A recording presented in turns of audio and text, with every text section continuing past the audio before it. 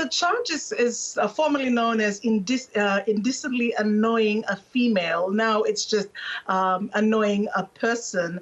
So he's basically accused of what can be described as being overly familiar or overly friendly with the wife of a former proposed candidate of the National Federation Party, a Japanese national, now a naturalized Fijian. So he's accused of doing that twice, of basically kissing the woman on the cheek and hugging her upon meeting her 2 times. So what happens next? How will this case progress? Well, he was charged a couple of days ago, and he now faces up to the charge in court on the 15th of November.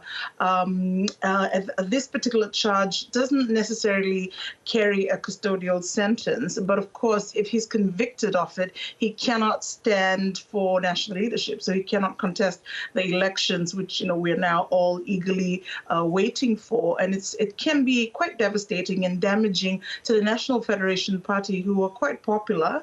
They've only ever had 3 seats in Parliament over the last 2 to 3 elections, but they are widely recognized as the most liberal of all of our political parties at the moment, and the middle ground. So it's devastating for the National Federation Party that he's been charged and could be convicted of the 2 charges. Especially given the timing and that elections are just next month. What has his party and the government had to say?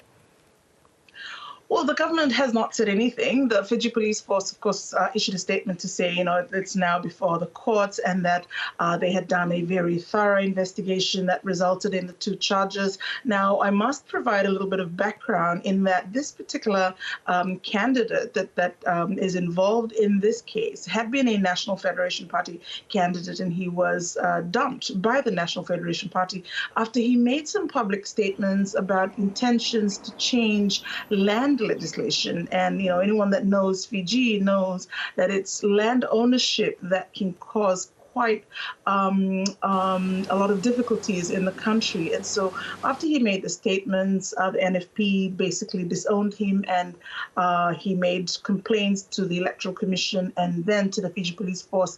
Now, the Elections Office cleared Dr. Biman Prasad of the charges, but of the complaints, but he now faces criminal charges. So it could be very damaging for him, considering that we're now very close to the polls, despite having not received any dates yet, Yvonne.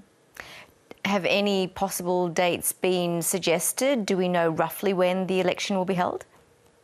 Well, we have some idea. Those of us who are in planning at the moment, and as you know, the ABC Pacific does keep a very close watch on developments in the Pacific, particularly here in Fiji. And so we're looking at our own assessments of things, is that we're looking at the mid to late December, or maybe even the very first few days of January. The only timeline we have at the moment is that the president must direct the leader of a political party to form the government in that first week of December, the 6th of January to be exact. So that's really the only kind of timeline we have.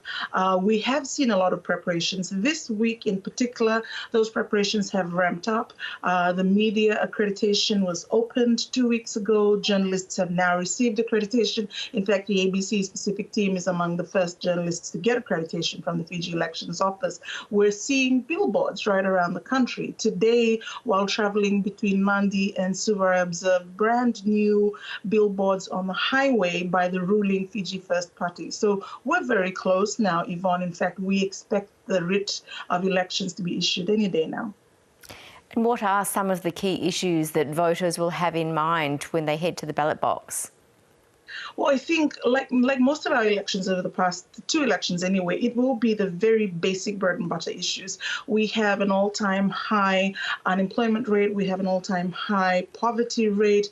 29% is what the government is saying. Some experts put the percentage of the population closer to 40, maybe even 50. And so it will be the party that addresses the cost of living. And we've had astronomical increases resources. We've had a lot of inflation over the past few years. And so it'll be the party that assures the portion of the population who are struggling to put food on the table will be the ones that really wins a lot. But of course, its education does tend to play an important role as well. This particular government has, offered quite a lot of concessions around education. And so the party that does give people the opportunity or the access to economic opportunities to be able to put food back on the table and send their children to school, those are our bread and butter issues. Lice, great to get your update. Thank you. Ganaka.